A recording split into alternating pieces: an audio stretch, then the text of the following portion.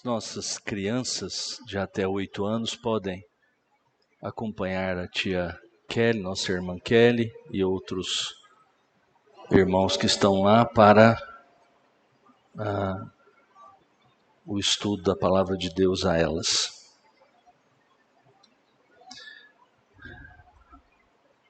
Vamos abrir as nossas Bíblias na segunda carta de Paulo aos Coríntios, capítulo 8.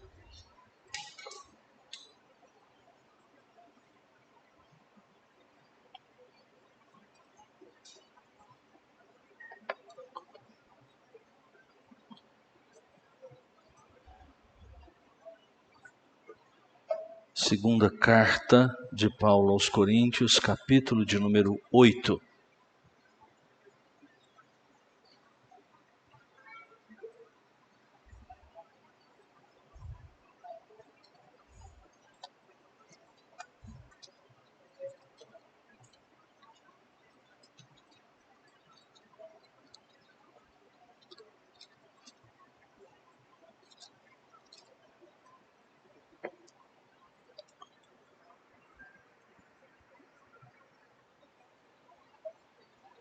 A segunda carta aos Coríntios, capítulo 8. Eu vou ler primeiramente do verso 1 até o verso de número 9.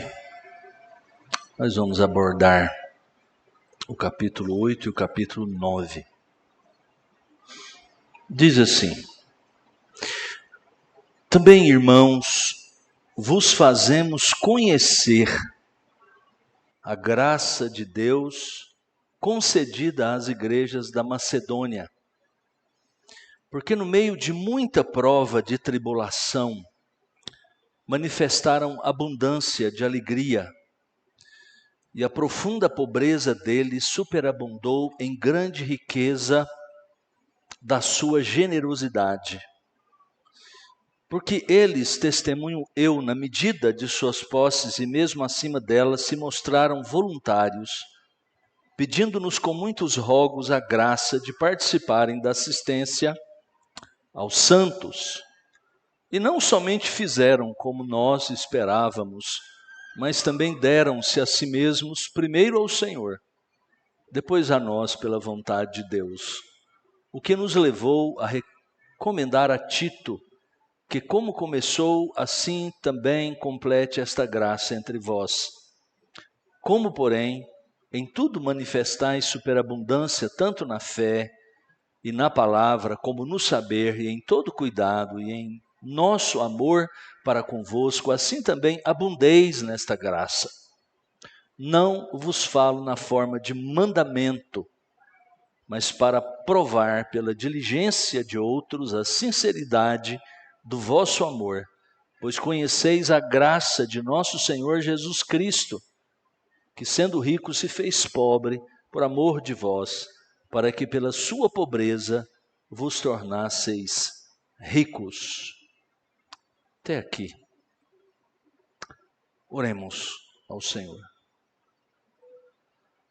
Senhor, nós te suplicamos agora que a tua palavra foi lida, ela será exposta, explicada. Pedimos que o teu Espírito, na medida em que isso ocorrer, teu Espírito tome o nosso coração de todos nós, para que, Senhor, possamos ser instruídos, mas muito mais do que isso, impulsionados a obedecê-la. Ajuda-nos, Deus, a entender o papel, ó Deus, do dinheiro, dos dízimos, das ofertas, das nossas contribuições, ó Deus, à luz do propósito do Senhor. É disso que trataremos nessa noite. Suplicamos, portanto, que o Senhor nos abençoe, em nome de Jesus. Amém e amém. Esses dois capítulos, capítulo 8 e capítulo 9 de 2 aos Coríntios, é ou são os 2 capítulos, ou é o texto que mais nos traz informações, tanto do ponto de vista da instrução, como da exemplificação do papel, da importância, do lugar, das finanças.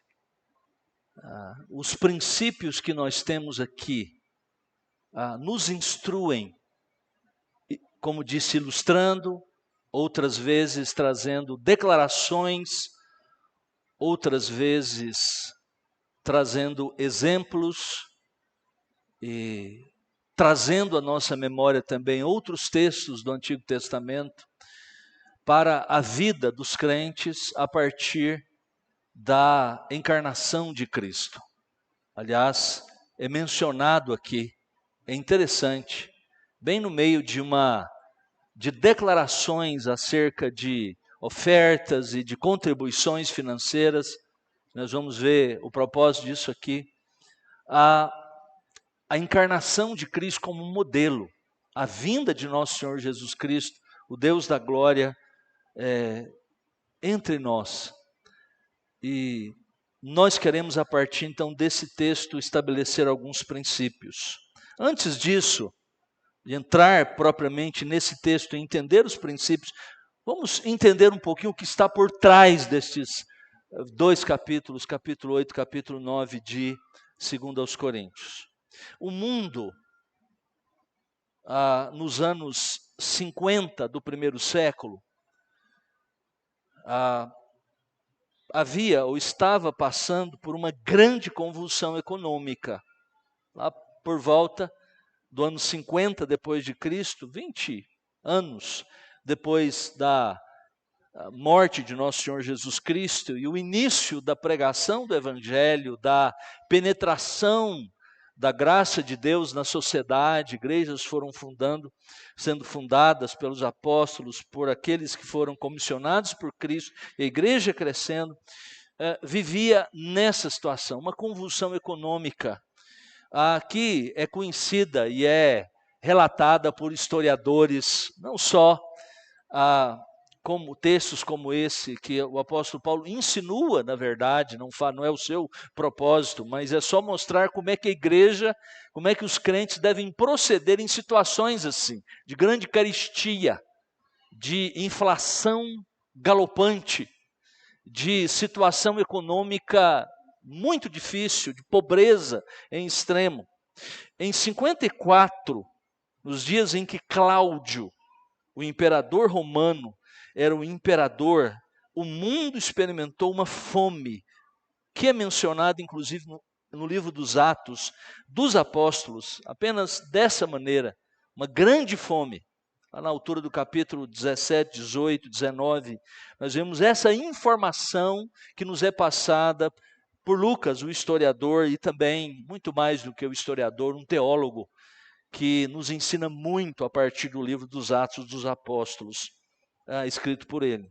As regiões mais pobres, é claro, as regiões mais vulneráveis economicamente, elas sofreram muito mais, como se vê e se percebe até hoje nos nossos dias.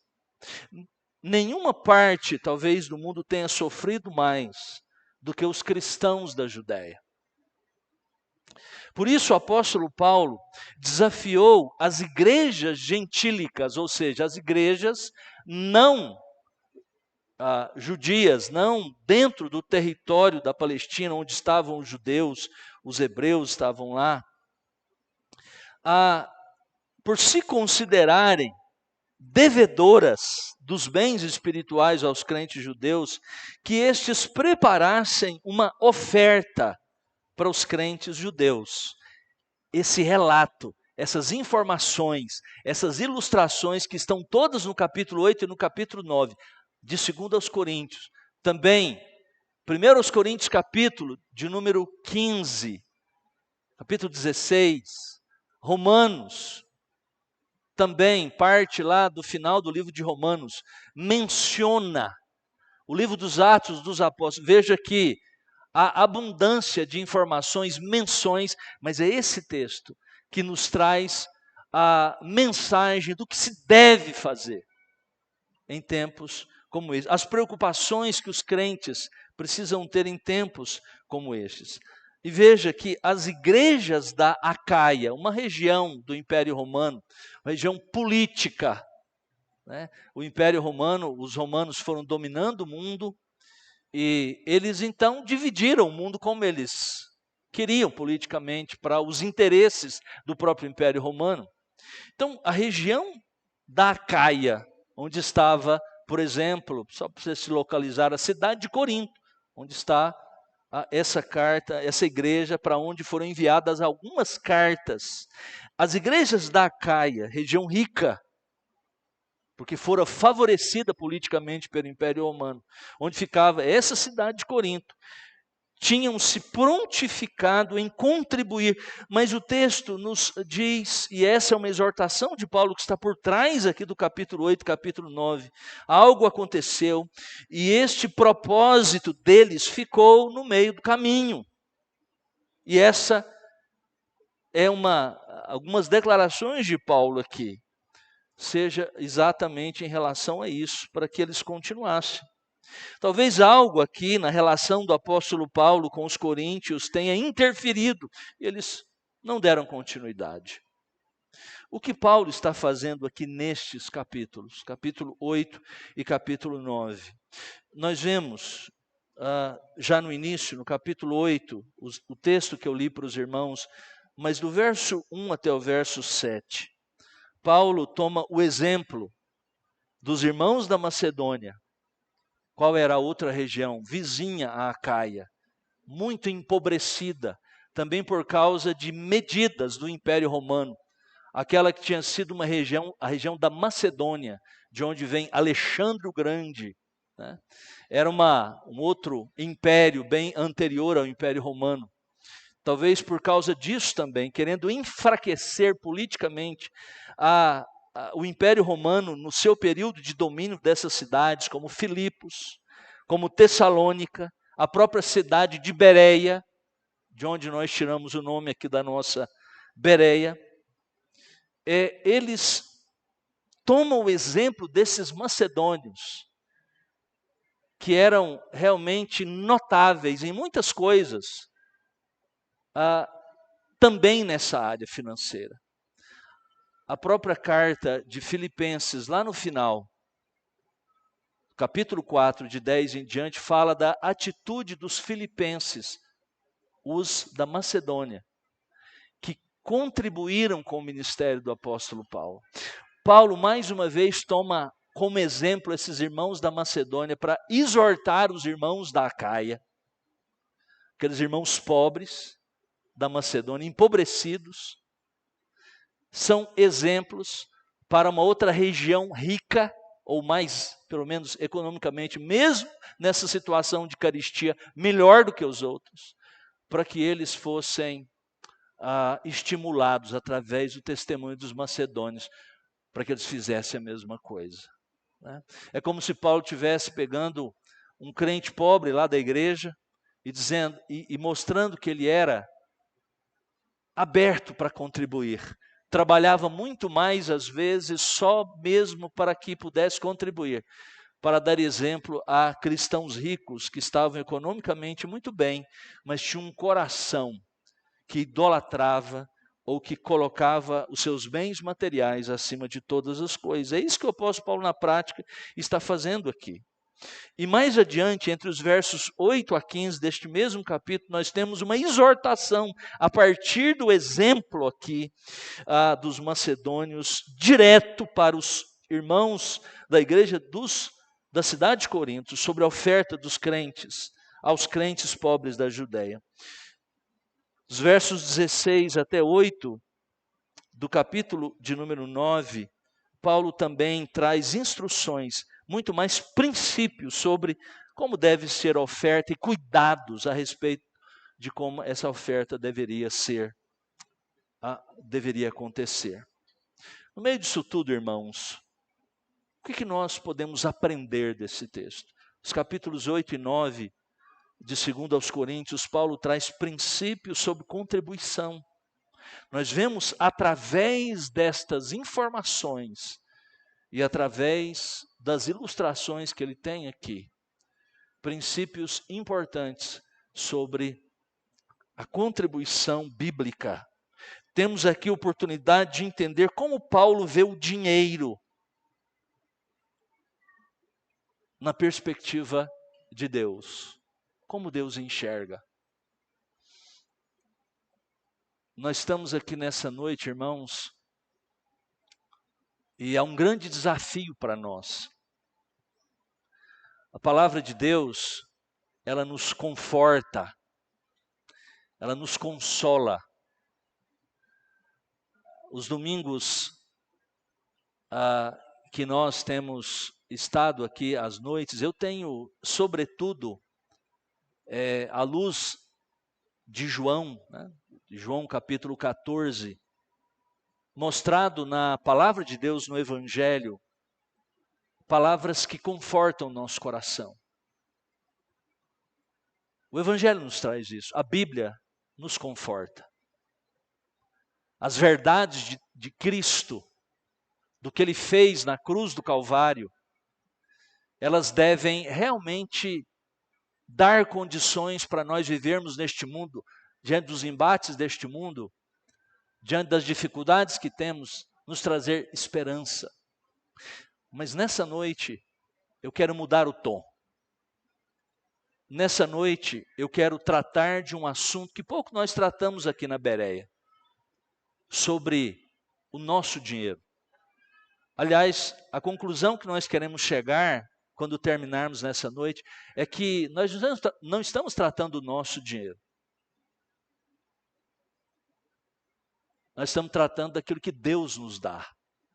Nós temos uma péssima compreensão dos nossos bens, do nosso emprego, do concurso que nós passamos, do trabalho que nós batemos no peito orgulhosamente. Foi eu que consegui, porque eu sou bom.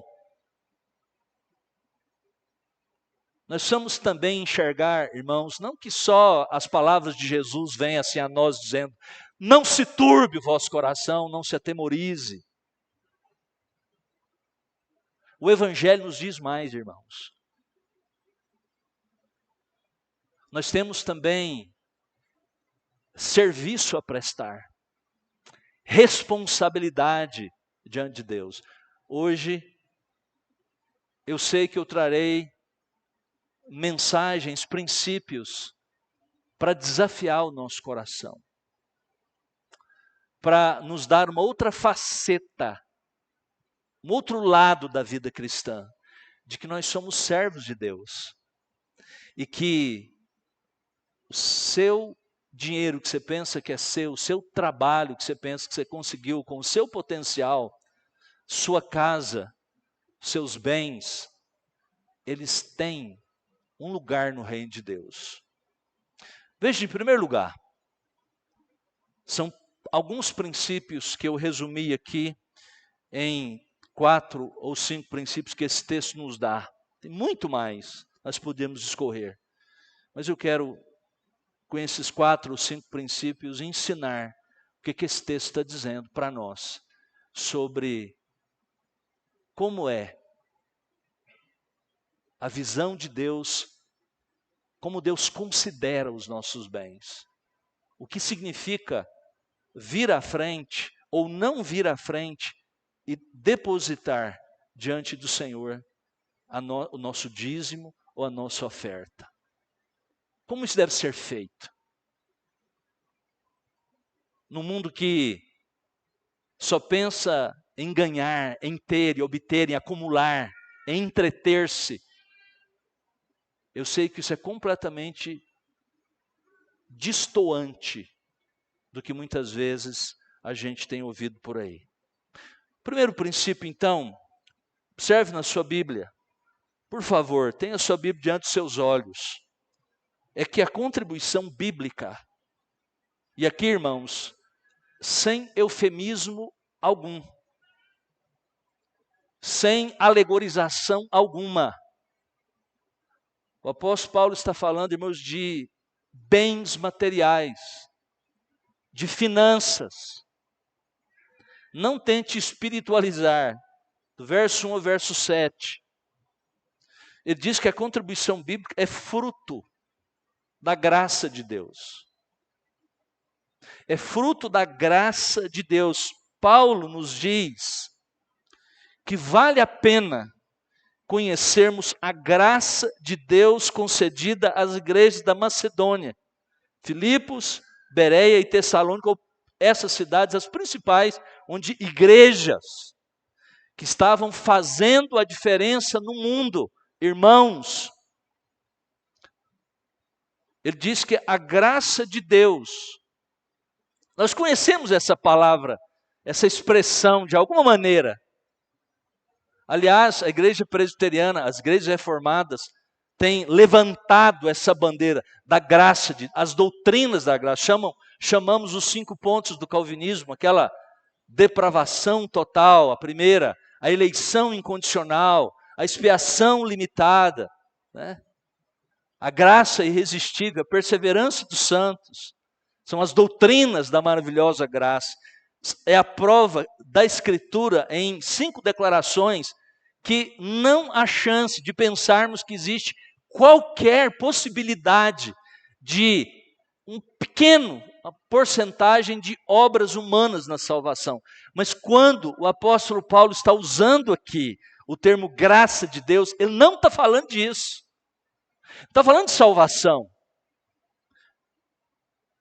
Ele está falando do favor imerecido de Deus, da graça de Deus, que era tão abundante. Certamente, isso inclui, no termo graça, inclui todas essas bênçãos espirituais e eternas de Deus.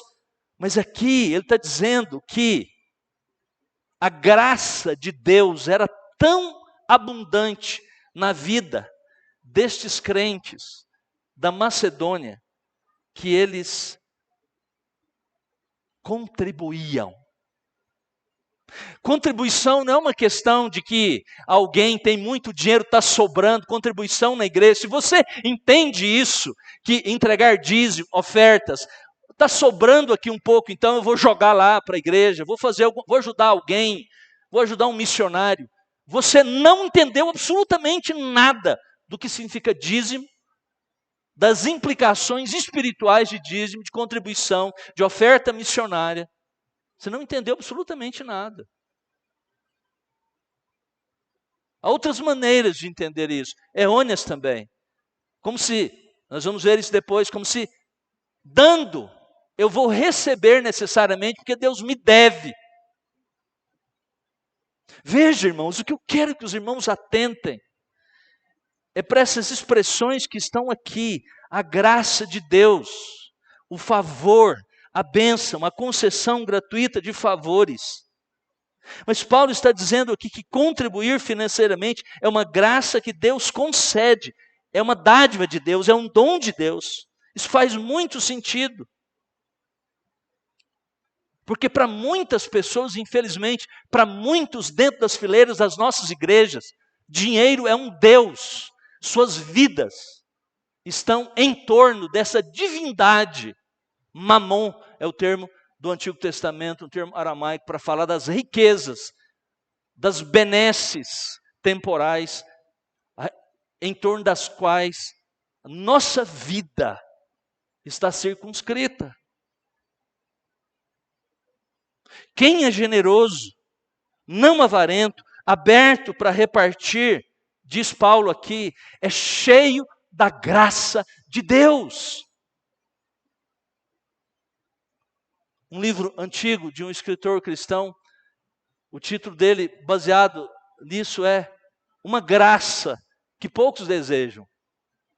É verdade. Queremos graça, queremos bênção, queremos benesse, queremos ter melhor aqui. Mas essa graça, essa bênção, ninguém quer, ou pouca gente, ou os que querem é por compreenderem. A graça de dar, a graça de contribuir, ter prazer em tirar do bolso, ou melhor, hoje, vamos atualizar, né, a metáfora, tocar lá no smartphone e mandar para uma conta de um missionário, de uma igreja, é fruto da graça de Deus no coração.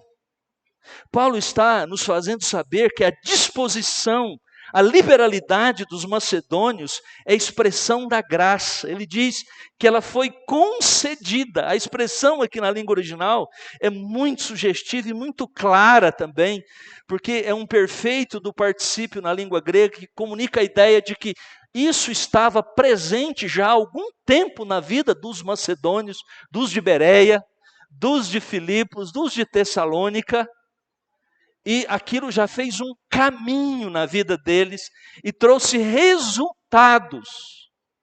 Mas isso não foi algo provocado por eles mesmos, porque o que é próprio da natureza humana é ser avarento, é ser preocupado com as coisas, com o dia de amanhã, é ser preocupado com as coisas materiais, mas a eles foi concedida por Deus essa graça, foi dado pelo Senhor, e eles continuavam alimentando isso pela graça de Deus. Essa verdade se prova aqui nesses versos, do verso 2 até o verso de número 7.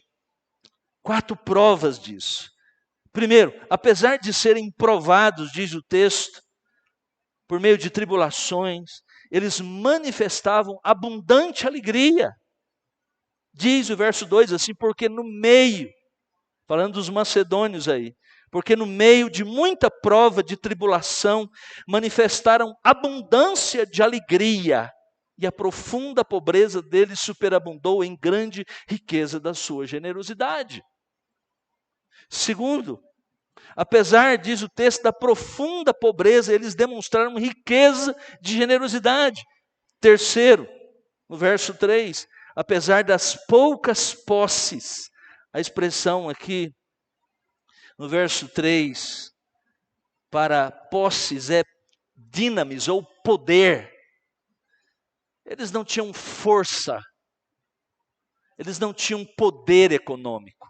O verso 2 já nos diz que eles eram profundamente pobres, foram empobrecidos por causa do sistema econômico, político. Você acha que isso é só coisa dos nossos dias? Do nosso tempo, do século XX, do século XXI? Muito imposto e tudo mais, e todo mundo. Essa história já está presente aqui nos dias de Cláudio, o imperador romano.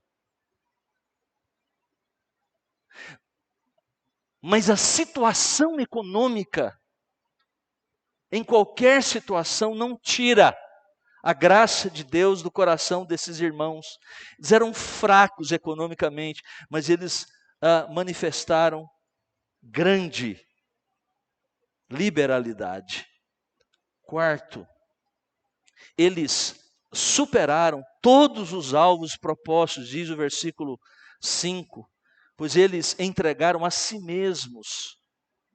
Diz o texto que primeiro a Deus, olha aí o que ele diz nesse verso, e não somente fizeram como nós esperávamos, mas também deram-se a si mesmos primeiro ao Senhor, porque é sempre assim.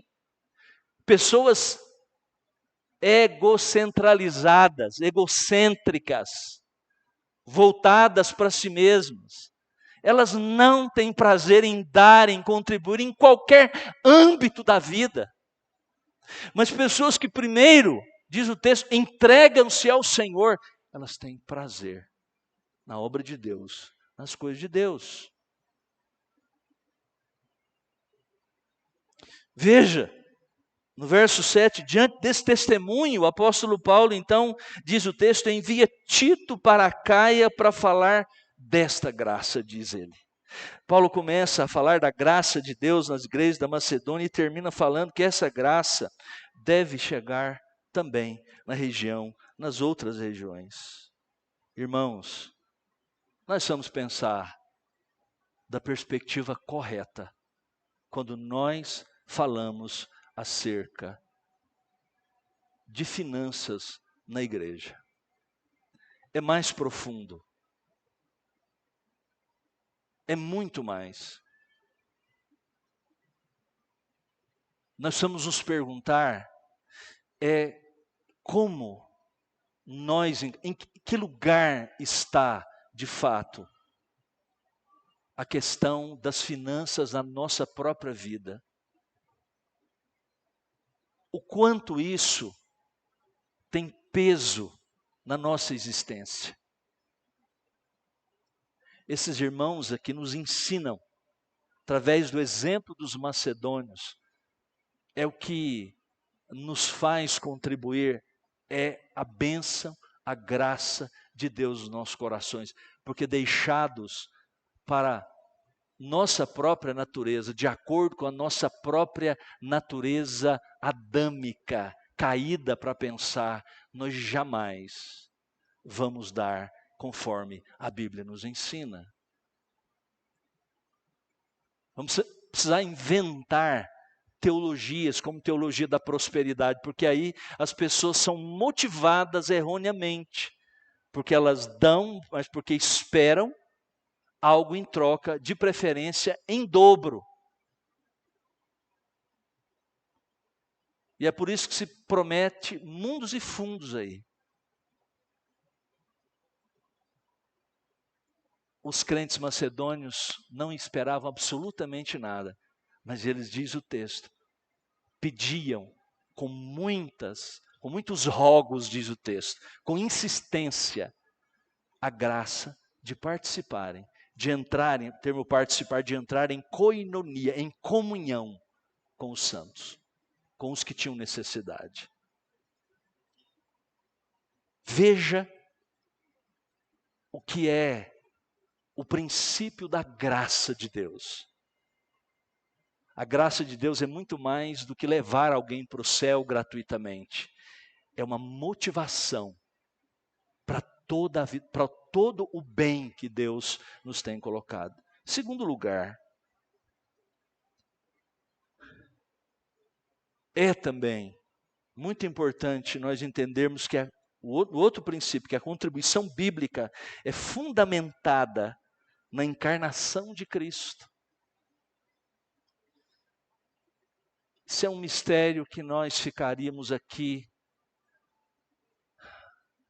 tentando entender a encarnação de Cristo e nós sairíamos daqui somente tateando. Olha o verso. Você certamente, nós até cantamos um cântico que remete a esses versos aqui. Agora você sabia de onde que você é tirado? Talvez você tenha ouvido também isoladamente esses versos.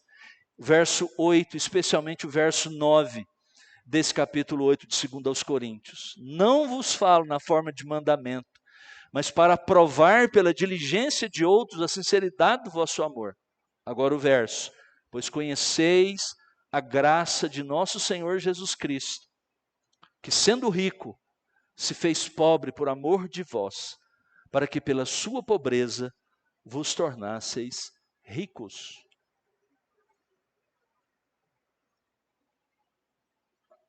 Aqui está o argumento mais profundo. É aqui que se fundamenta toda o nosso interesse pela contribuição financeira. Paulo fala da verdade mais profunda e apropriada, é por isso que se chama cristianismo, a nossa crença, por causa de Cristo Jesus, e ele coloca o evento mais importante, nós podemos dizer, da fé, a encarnação de Deus, o grande mistério, como um ponto de motivação, no meio dessa argumentação sobre vida financeira, sobre como nós devemos olhar para as finanças que Deus nos dá, em prol das outras pessoas, ele usa a doutrina da encarnação. Primeiro, Paulo diz que não é por regrinhas humanas, porque o termo que ele usa aqui no verso de número 8, não vos falo na forma de mandamento, não é a palavra que costumeiramente é usada para os 10 mandamentos, por exemplo, embora o termo mandamento está traduzido como mandamento aqui, mas melhor seria traduzido por regra. Eu não estou estabelecendo regra. E também ele não está dizendo que mandamento acerca de finanças, de dízimo, por exemplo, lá do Antigo Testamento, que foi primeiramente praticado o dízimo por Abraão. Também a lei de Deus, no período mosaico, houve mais estipulações mais claras sobre contribuições, sobre dízimo, sobre ofertas, oferta de primícias, ofertas foram estabelecidas para a construção do tabernáculo, depois para a construção do templo, e pessoas também já demonstrando essa graça de Deus nos corações, ao ponto de que na construção do tabernáculo, depois na construção do templo, aqueles homens de Deus tiveram que dizer assim: olha, para, não precisa mais dar nada. Já pensou? Chegar a esse ponto? Estava presente lá. Paulo, quando diz que não é por regra, ele não está em contradição com o Antigo Testamento, absolutamente. Não é nesse sentido. Não é por regrinhas estabelecidas por seres humanos. Por quê? Qual é a razão, ele diz? Porque conheceis, verso de número 9, conheceis a graça de nosso Senhor Jesus Cristo. Importante verbo aqui, porque é disso que, é por isso que o cristianismo é tão importante. E por isso que nós podemos conhecer a verdade, porque ela tem informações a nos dar. Ele diz que esses irmãos também já conheciam tão bem a graça de nosso Senhor Jesus Cristo. Essa graça que trouxe o Senhor Jesus Cristo, que sendo rico se fez pobre por amor de vós. A graça de nosso Senhor Jesus Cristo. Diz o texto que ele se empobreceu. E quando nós falamos aqui de pobreza de Cristo, que ele se empobreceu, nós estamos falando do seu estado na teologia de humilhação, é verdade, mas isso significa, literalmente, irmãos, que ele se tornou pobre. Ele poderia ter vindo como um imperador, mas ele escolheu não vir assim. Ele escolheu vir em pobreza. É patética, muitas vezes, as tentativas de algumas pessoas que defendem a teologia da prosperidade. Está aí nos YouTubes aí, nessas coisas que tem de informações, gente tentando provar que Jesus era rico. Ele não era. O texto está dizendo. Isso aqui não é espiritualmente que Jesus está falando, porque não é o sentido. Ele está falando de pobreza material. Jesus era pobre, não era miserável, também não era assim, mas ele se encarnou em pobreza. Ele não tinha, a certa altura do seu ministério, quando pessoas estavam se envolvendo com Jesus e com segundas intenções, ele disse: não venham com essas intenções, porque eu não tenho onde reclinar a cabeça. Ele, quando entrava num barco, ele entrava num barco emprestado para os seus discursos, para atravessar, para fazer o seu ministério. É disso que o texto está nos dizendo.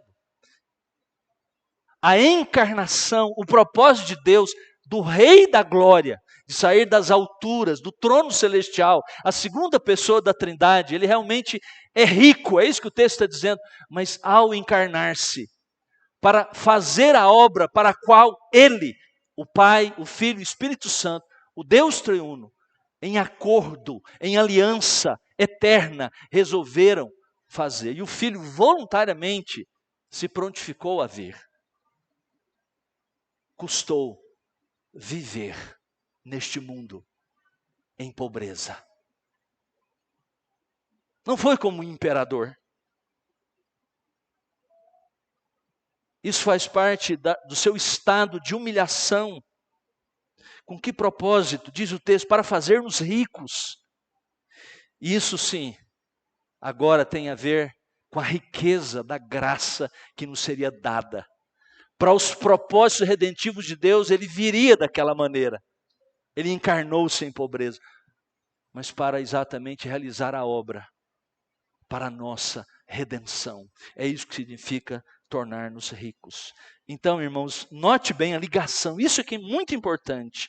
A contribuição que você dá, que eu dou, que eu entrego, que eu devolvo, o dízimo, a oferta, tem a ver com o Evangelho. Algumas pessoas defendendo aí que dízimo não é coisa do Novo Testamento, é coisa da lei. Sim, é antes da lei, é do tempo da promessa a Abraão, é do tempo da lei, é para depois da lei, é no tempo dos profetas, é no tempo da nova aliança. Não há um texto no Novo Testamento que diga que nós não devemos contribuir, que nós não devemos dizimar. Aliás, o Senhor Jesus, na única menção, inclusive para os fariseus, que davam dízimo das coisas menorzinhas, meticulosamente, esse era o problema dos fariseus. Jesus não condenou o dízimo deles, só disse simplesmente, vocês deviam fazer essas coisas, sem omitir as outras, ou seja, vocês deviam praticar a justiça, a misericórdia, os grandes, na medida que o reino de Deus nos diz, nos mostra, mas também as coisas pequenas, como o dízimo que vocês dão das hortaliças, das coisas mínimas. Os apóstolos não proíbem dízimo, não dizem nada contra.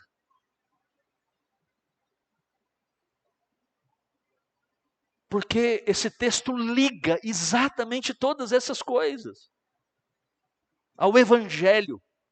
Ao falar da nossa contribuição, seja ela em qualquer âmbito, ele põe o Evangelho. Ele diz que a suprema motivação, a fundamentação das nossas contribuições é porque Cristo se encarnou. Essa é a grande motivação. Terceiro lugar, o terceiro princípio que esse texto nos ensina. E agora eu quero chamar a sua atenção para o capítulo 9, do verso 1 ao verso 5, vou ler. E o princípio que está aí é que a contribuição cristã, ela também é estimulada pelo testemunho de outros. Já vimos isso, mas agora ele retoma esse tema. Capítulo 9, de 1 a 5, ele diz, ora, quanto à assistência a favor dos santos, irmãos, mais uma vez, quando ele fala de assistência, o termo aqui é para ajuda financeira. Não é uma assistência espiritual. Vamos orar. Paulo não está falando disso. Podia também. Não há nenhum problema. Ora, quanto à assistência a favor dos santos, é desnecessário escrever-vos, porque bem reconheço a vossa presteza, da qual me glorio junto aos macedônios, dizendo que a Acaia está preparada desde o ano passado, e o vosso zelo tem estimulado a muitíssimos. Contudo, enviei os irmãos, para que o nosso louvor a vosso respeito, neste particular, não se desminta, a fim de que, como venho dizendo, estivesseis preparados, para que, caso alguns macedônios forem comigo e vos encontrem desapercebidos, não fiquemos nós envergonhados, para não dizer vós, quanto a esta confiança. Portanto, julguei conveniente recomendar aos irmãos que me precedessem entre vós e preparassem de antemão a vossa dádiva já anunciada, para que esteja pronta como expressão de generosidade e não de avareza. Interessante, irmãos, como Paulo estimula as igrejas, a contribuição, as igrejas tomando como testemunho outros irmãos. Primeiro, ele elogia as igrejas da Acaia para os macedônios, de que os da Acaia estavam preparados para contribuir, diz o verso 2. Segundo, já sabemos que os macedônios corresponderam ao apelo de Paulo. Terceiro, ele envia irmãos para preparar as igrejas da Acaia, diz verso 3 e 4, quanto às ofertas que provavelmente os próprios macedônios estariam encabeçando. Veja, o testemunho É interessante, é uma ferramenta importante, diz o texto, para estimular, ou nos exemplifica o texto para estimular as outras pessoas, para serem mais generosas. Ao ouvirmos da generosidade dos outros. Eu me lembro, bem no início do meu ministério,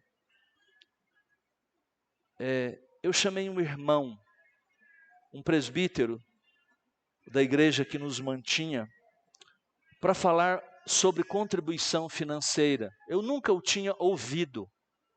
Eu estava trabalhando no início do meu ministério numa congregação. E esse irmão nos ajudava no ministério da pregação, ensino. E um dia ele falou sobre ofertas, dízimos para a igreja, para a nossa congregação. E ele deu o testemunho pessoal dele em relação. Ele já era um crente bem amadurecido, presbítero de igreja já há muito tempo.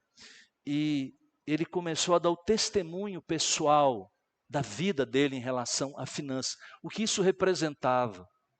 Como ele vivia nesse sentido. Era alguém já uma certa idade, tinha muitas coisas, Deus o havia abençoado com muitas coisas, e ele disse que ele aprendeu a contribuição na igreja com os pais dele. E quando eles vieram para Goiânia, para a capital, e a família numa situação econômica difícil, como muitos destes que vieram para cá, isso era muito comum. Ele, aos 8 anos de idade, começou a trabalhar como engraxate. Sabe o que é isso? Pessoal novo aí, mas não vai nem saber o que é engraxate. Menino ou pessoas adultas que pegavam uma caixa e engraxavam os sapatos das outras pessoas. Chegava nas rodoviárias, nos pontos, em algum lugar, e engraxava o sapato. Os seus pais eram muito fiéis a Deus. E passou isso para ele. Toda semana, no sábado, ele terminava o seu trabalho, tirava o seu dízimo e entregava toda semana na igreja. Ele cresceu assim. Muita coisa passou. Por muitas coisas ele passou. E uma das coisas que ele disse que eu não abro mão jamais é de entregar a parte que a Bíblia diz que eu devo devolver ao Senhor. Não é meu. Tudo pertence a Deus. Ele citava o Salmo 24, verso 1. Que tudo pertence a Deus. A terra, o mundo e tudo que nela há. Todos os bens. E Deus diz que eu expresso minha fidelidade à graça de Deus no coração. Foi uma grande lição. Testemunhos como da igreja da Macedônia para os da Acaia. Testemunhos como de Charles Studi, o rico estudante de medicina no final do século XIX para o século XX, sendo chamado por Deus, riquíssimo. O irmão dele era prefeito da cidade de Londres, inclusive da família Studi, muito famosa. Ele pegou todos os seus bens, não que era uma obrigação, mas como Barnabé, entregou tudo. Deixou uma parte, algumas libras esterlinas, de muito valor, para o seu casamento. Era um jovem ainda, não tinha se casado, e a esposa, quando ficou sabendo que ele tinha reservado para dar um bom casamento para sua esposa, ele falou assim: vamos terminar agora, vamos acabar agora. Mas que isso? Por quê? Porque Deus disse para entregar tudo. E eu não quero casar com alguém que fica segurando as coisas que Deus falou para fazer. Você não falou que Deus pediu tudo?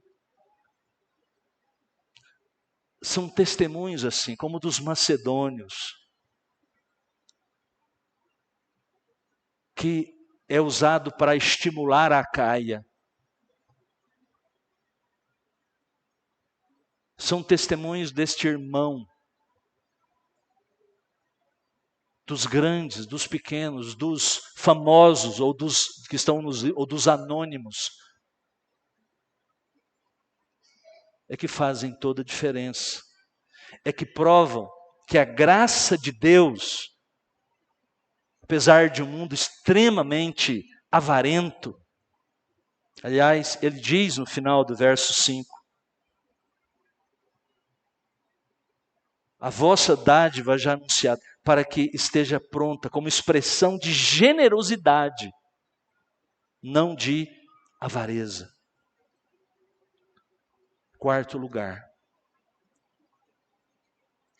a contribuição bíblica, quarto princípio, é comparada à lei da semeadura e da colheita. Isso precisa ser bem entendido. Verso de número 6 em diante, ele diz assim: isto afirmo, aquele que semeia pouco, pouco também ceifará. E o que semeia com fartura, com abundância também ceifará. Paulo, mais uma vez, não está falando, embora esteja usando, é uma ilustração, ele continua o mesmo assunto da contribuição financeira e do significado disso. Ele está sim falando de agricultura aqui, mas só como exemplo, para continuar o assunto do significado da oferta, do significado dos nossos dízimos. E isto afirmo, aquele que semeia pouco, pouco também ceifará, e o que semeia com fartura, com abundância também. Cada um contribua segundo tiver proposto no coração.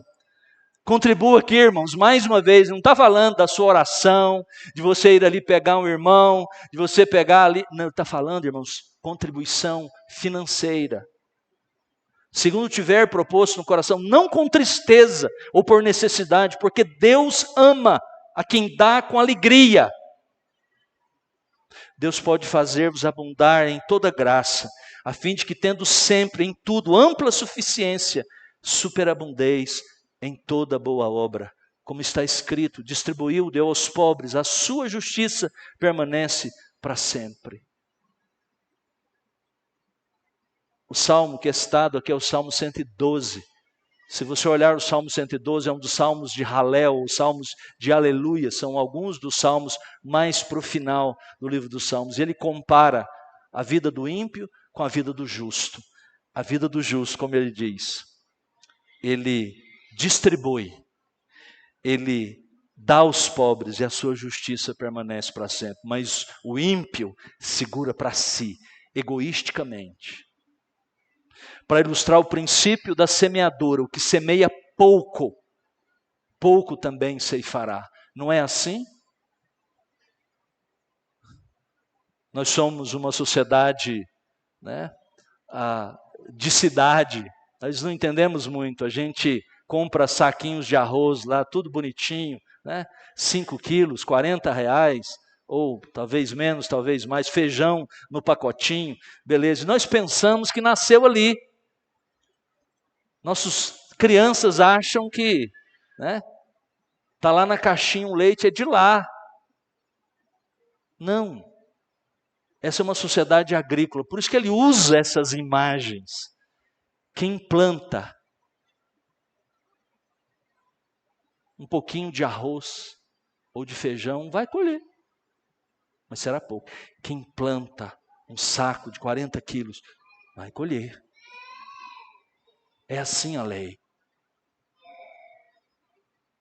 O justo, à luz do Salmo de número 112, ele distribui, ele dá com abundância, e a sua justiça permanece para sempre. Não é a teologia da prosperidade. Não há, em momento algum, essa intenção. Aliás, há uma relação, irmãos, muito profunda entre nosso dinheiro, a nossa contribuição e a nossa vida espiritual. Há sim.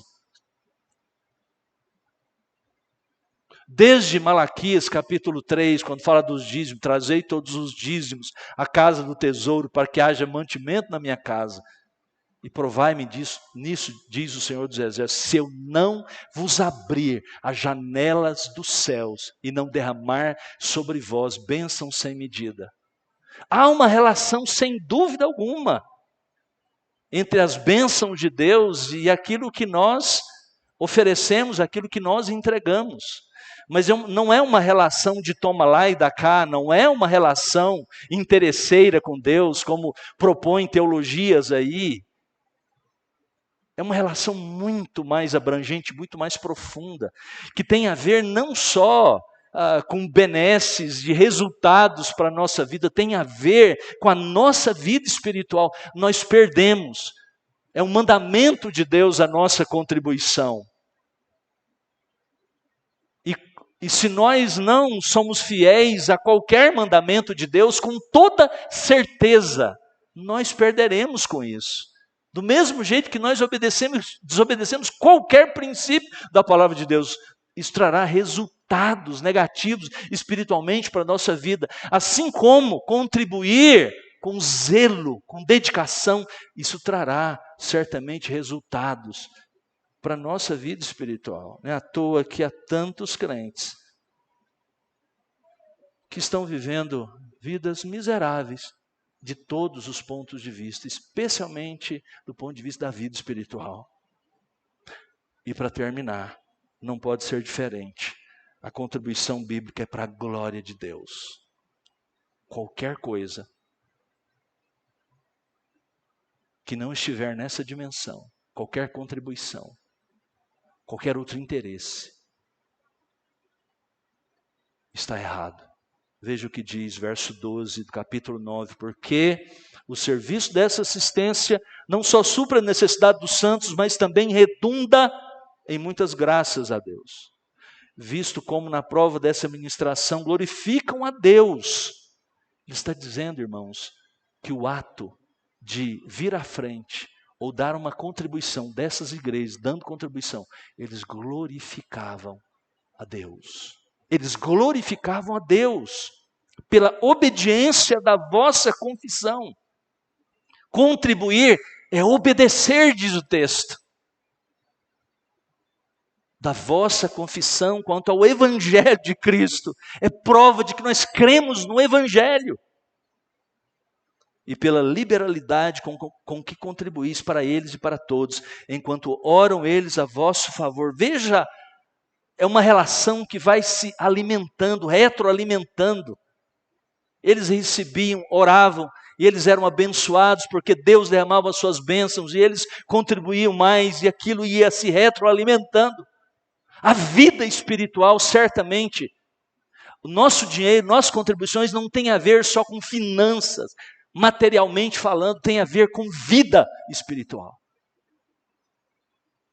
Por isso que isso é tão importante nas Escrituras, para que a gente entenda bem, muito bem, o que envolve a nossa vida financeira. Estes, irmãos, são alguns dos princípios para a contribuição correta segundo o Novo Testamento, segundo a Escritura Sagrada. Desejemos isso. Essa é uma graça que poucos desejam. É um grande desafio para nós. Todas as graças, todas as bênçãos de Deus precisam ser experimentadas por nós. A graça de dar, a graça de contribuir também. Oremos.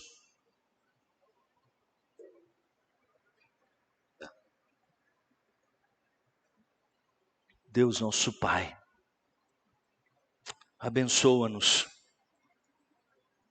para que nós tenhamos um coração disposto a te obedecer em qualquer área que o Senhor nos desafiar, que o Senhor nos mandar, que o Senhor nos ordenar. Ajuda-nos, ó Deus, a desejar essa graça. A graça de participar da assistência aos santos, a graça de contribuir, o desejo. Ajuda-nos a ter a maturidade desses cristãos da Macedônia, como os bereanos de antigamente, a pedir com muitos rogos, com insistência, a graça de participar no reino do Senhor com o seu dinheiro. Em nome de Jesus. Amém e amém.